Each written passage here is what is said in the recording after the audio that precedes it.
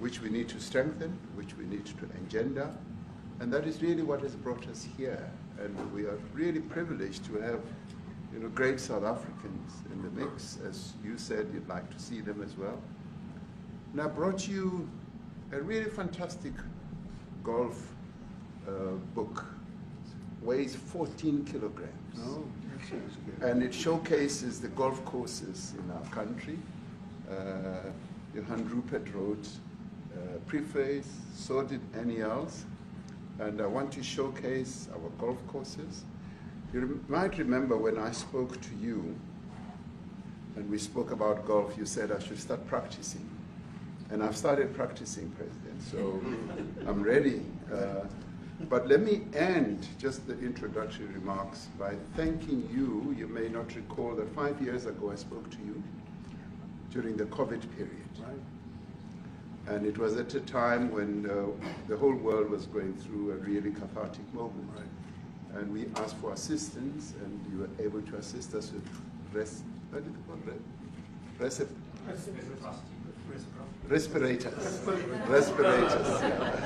Respirators, and you kept to your word, and you delivered respirators to us. We didn't have as many in our country, and it really helped to help us deal with COVID.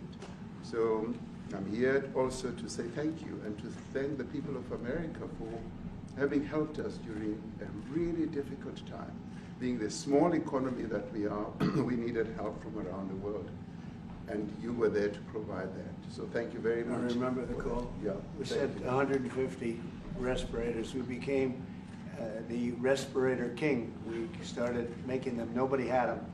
We had very few of them. That's right. But they were very helpful. But we sent 150, and I appreciated the letter. You wrote me a letter. That's right. Yeah. Thank you.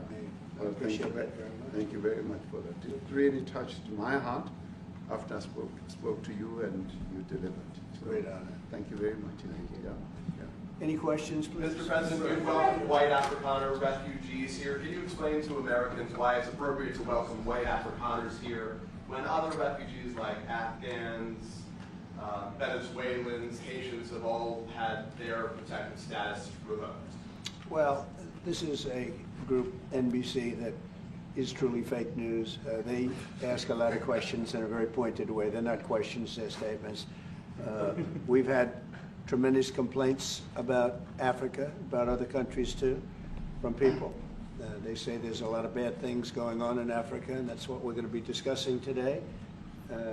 When you say we don't take others, all you have to do is take a look at the southern border. We let 21 million people come through our border, totally unchecked, totally unvetted. They came from all over the world. In many cases, they're criminals. They come from prisons. They come from mental institutions. They come from street gangs. They're drug dealers. So don't say that we didn't take them. We take them. We're trying to get them out as fast as we can. And we're doing record business on that. And we just won a big case where we're allowed to send back hundreds of criminals to Venezuela. Just won that today in the Supreme Court. I'm happy to hear.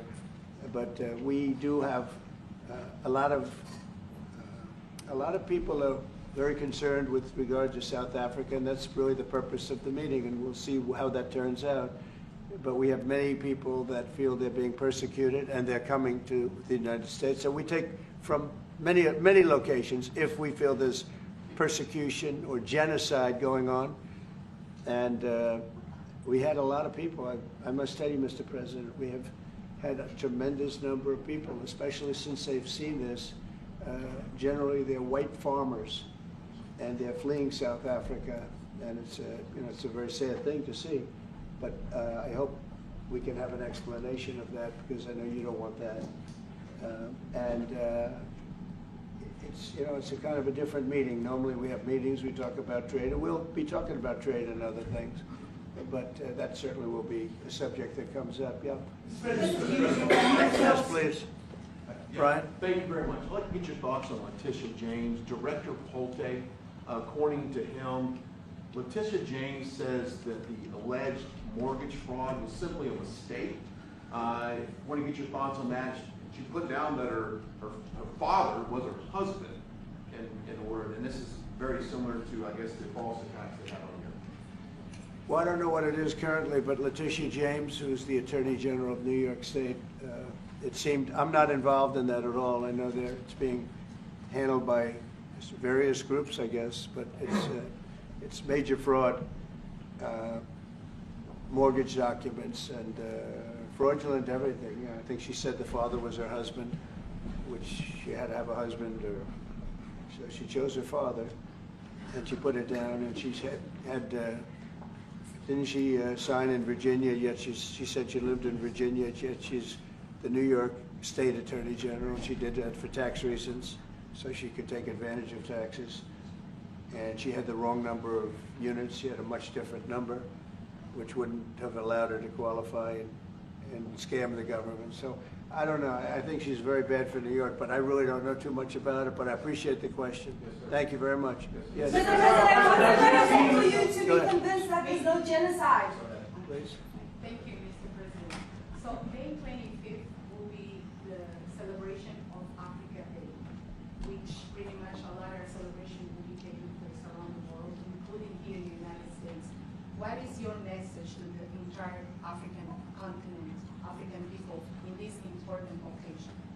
Well, I want to see peace, and I want to see happiness. I want to see health, and you have incredible land. There's tremendous value. A lot of countries don't have that value in the land, the value you have. We have a situation, I think you probably heard about it. We've done, through some very talented people, helped settle a war that's been raging for years, Rwanda and the Congo.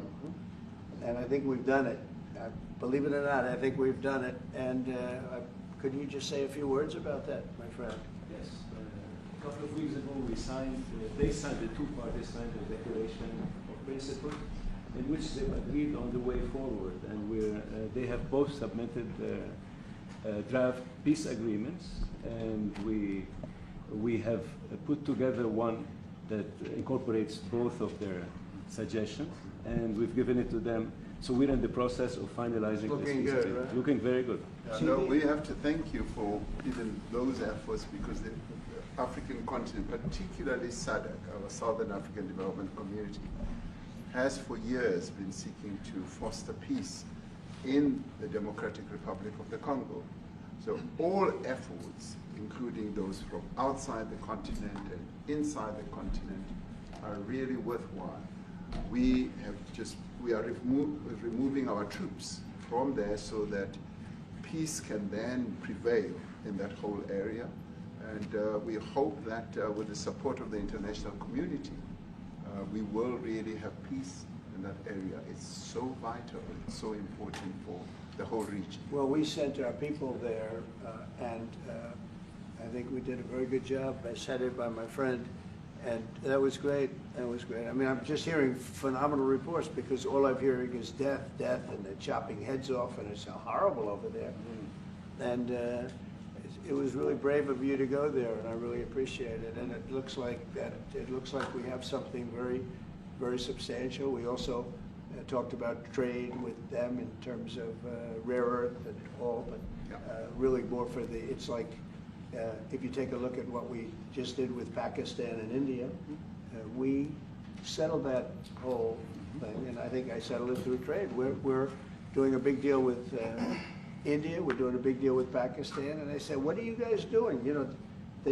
Somebody had to be the last one to shoot, but the shooting was getting worse and worse, bigger and bigger, deeper and deeper into the countries, and we spoke to them, and I think I hate to say we got it settled, and then 2 days later, something happens, and they say it's Trump's fault.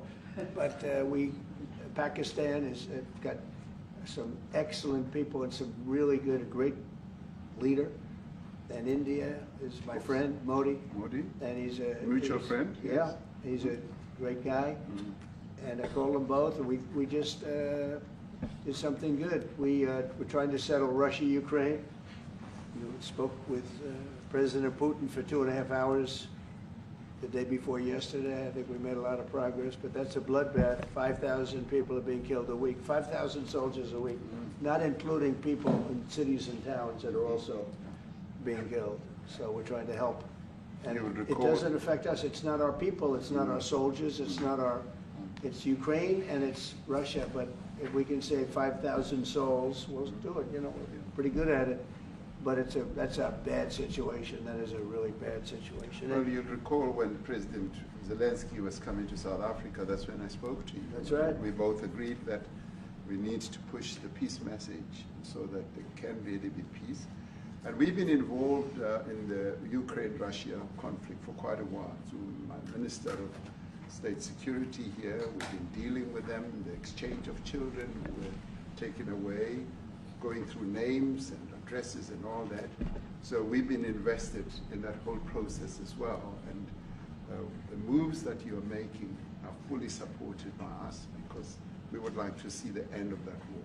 Yeah. Sure. I called Zelensky, and they said, he's in South Africa. I said, what the hell is he doing in South Africa? He was talking to us. We got this one. That's a strange one. I said, what are you doing in South Africa? Yes. That's a strange one. He's trying to make peace. Or we're taking him. You know, we were lucky because we had the great Nelson Mandela who taught us how to create peace, to make peace. So we were imparting some of those lessons to him, some of those learnings. And I specifically mentioned to him that this is how Nelson Mandela taught us that when you want to have the peace in a country, do it on an unconditional basis and sit down and talk. And that's precisely what I'm sure he's going to heed. Well, we're going to see what happens with that when it's there's a lot of hatred, Yeah. there's a lot of death. It's a bloodbath. It is. It is. Unfortunately. I get the satellite pictures of that field, of that killing field. Mm-hmm. You never saw anything like it in your life. Yeah. It's horrible. It's a horrible thing that it goes on, but I think we've made big progress. Yeah, please, go ahead. Thank you, Mr. President. No, not you. Right here. He's from South Africa. Go ahead, please. What are you expecting on the ICJ case? Are you expecting South Africa to drop that? Is that what you're trying to do? On which case? The ICJ The International case is Criminal Justice. International Criminal Court. I don't expect anything, to be honest. I really don't. I don't know. It's they've got a case. There's a lot of anger there, tremendous anger. I don't expect anything. We'll see what happens. We'll have a ruling, and who knows what the ruling is going to mean. Yeah. On that subject of Gaza, Mr. President, are you going to be speaking to Prime Minister Netanyahu about Israel's renewed offensive? There's been a lot of concern from European countries. The Pope has expressed concern. Are you going to be asking Prime Minister Netanyahu to tone down the offensive in Gaza to let more aid in? Was that a question or a statement? It's a question. This guy, you never change. Mr. President, this time, what Please. will it take for you to be convinced that there's no white genocide in South Africa? Well, I can answer that for the President. It's for him. No, seriously. I'd rather have him answer. Yeah, I'd rather answer that. It will be. Our President will respond to you. Yeah, let me, Thank you, Mr. President. it will take President Trump listening to the voices of South Africans, some of whom are his good friends, like those who are here. When we have talks between us on around a quiet table, it will take President Trump to listen to them. I'm not going to be repeating what I've been saying. I would say if there was Afrikaner farmer genocide, I can bet you these three gentlemen would not be here, including my Minister of Agriculture. He would not be with me. So it'll take him, President Trump, listening to their stories, to their perspective. That is the answer to your question. But, Mr. President, I must say President that Trump. we have, wait. We have thousands of stories talking about it. Sure. And we have documentaries, we have news stories, and that. Is Natalie here, somebody here to turn that? I could show you a couple of things, and it has to be responded to. Yeah, sure. We have, let me see the articles, please, if you would, and turn the lights down. Turn the lights down and just put this on. It's right behind you. Johan. There's nothing this parliament can do. With or without you, people are going to occupy land. We require no permission from you, from the president, from no one. We don't care. We can do whatever you want to do. Who are you to tell us whether we can occupy land or not? We are going to occupy land. Yes. South Africa occupy land. That's who we are. Whatever you want to do, you can withdraw my membership from this useless parliament. Yes, honorable member. Must never be scared to kill. A revolution demands that at some point there must be killing, because the killing is part of a revolutionary act. Shoot to kill, Namaza. Kill the poor, the farmer. Kill the poor, the farmer. Pa, pa, pa, pa. To kill, Namaza. Kill the poor, the farmer. Kill the poor, the farmer. The mayor of DA in PE is a white man. So these people, when you want to hit them hard, go after a white man. They feel a terrible pain because you have touched a white man. Not because Mashaba and Suri will not be touched. They will be touched, don't worry. But we are starting with this whiteness. We are cutting the throat of whiteness. Shoot to kill, Yamaza. Kill the brewer, the farmer. Kill the brewer, the farmer. Blah, blah, blah. Shoot to kill, Yamaza. Kill the brewer, the farmer. Kill the brewer, the farmer.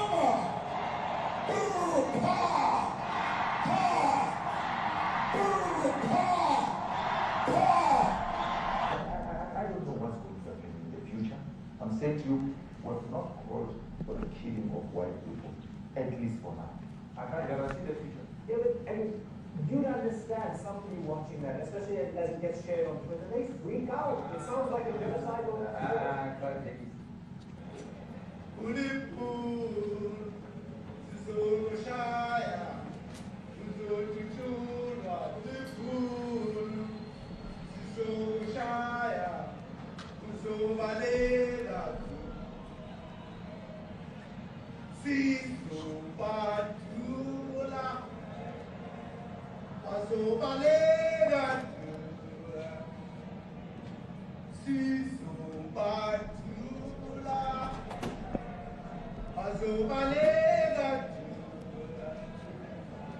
Who will expropriate land without compensation, whether they like it or not. If they object, they can seek refugee in America. Now this is very bad. These are burial sites right here. Burial sites. Over 1,000 of white farmers, and those cars are lined up to pay love on a Sunday morning. Each one of those white things you see is a cross, and there's approximately 1,000 of them. They're all white farmers, the family of white farmers. And those cars aren't driving, they're stopped there to pay respects to their family member who was killed. And it's a terrible sight. I've never seen anything like it. Both sides of the road you have crosses.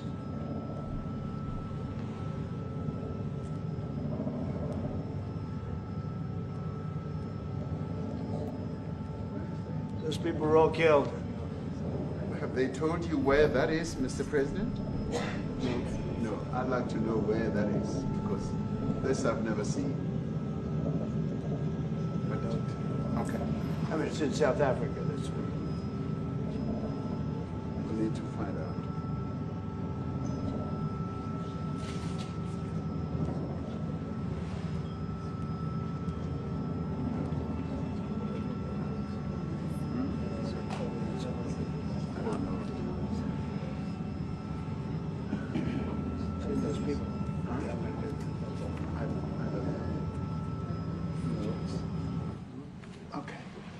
Mr. President, the Pentagon announced that it would be accepting a Qatari jet to be used as Air Force One. What are you talking about? You know, what are you I want to talking respond about? to You know, The Pentagon. you to get out of here. What does this have to do with the Qatari jet? They're giving the United States Air Force a jet, okay? And it's a great thing. We're talking about a lot of other things. It's NBC trying to get off the subject of what you just saw. You are a real, you know, you're a terrible reporter. Number one, you don't have what it takes to be a reporter. You're not smart enough. But for you to go into a subject about a jet that was given to the United States Air Force, which is a very nice thing, they also gave $5.1 trillion worth of investment in addition to the jet. Go back, you ought to go back to your studio at NBC because Brian Roberts and the people that run that place, they ought to be investigated. They are so terrible the way you run that network. And you're a disgrace. No more questions from you. Go ahead. Go ahead, talk about that. His name is Peter something. He's a terrible reporter. Quiet. That's my question now. Let's go. Thank you so much. President Trump, Anna Pilastra from ENCA in South Africa. Thank you very much. Thank you very much. What would you like President Ramaphosa to do about the situation I that we've don't just know. seen on the screen? I don't know. Look, these are articles over the last few days. Death of people. Death. Horrible death. Death. I don't know. To pick anyone, white South Africans are fleeing because of the violence and racist laws. And this is all, I mean, I'll give these to you. No, I'd like So to- when you say, what would I like to do? I don't know what to do. Look at this. White South African couple say that they were attacked violently. And, President Trump, when will you go and see for yourself if it is? well, I could do that. Look, here's burial sites all over the place. These are all white farmers that are being buried. And he asks about a jet that was given. You ought to be ashamed of yourself. You know, you are so bad. You're such a bad reporter. May I have permission,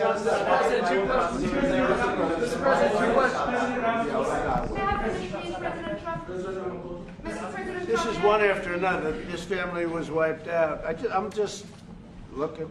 Can we get a report from President Give Ramaphosa, us your please? reaction to those videos, Mr. President. President Trump, would you... Well, I think the videos are so. No. When you look at the videos, I mean, how does it get worse? And these are people that are officials, and they're saying that kill the white farmer and take their land. That's what it is. And I have other friends in South Africa. I have people that left. One in particular that says you can't go there. He said they want to take your land. They take your land and they kill you. It's okay, and they say it's okay to do. Now we're going to talk about it.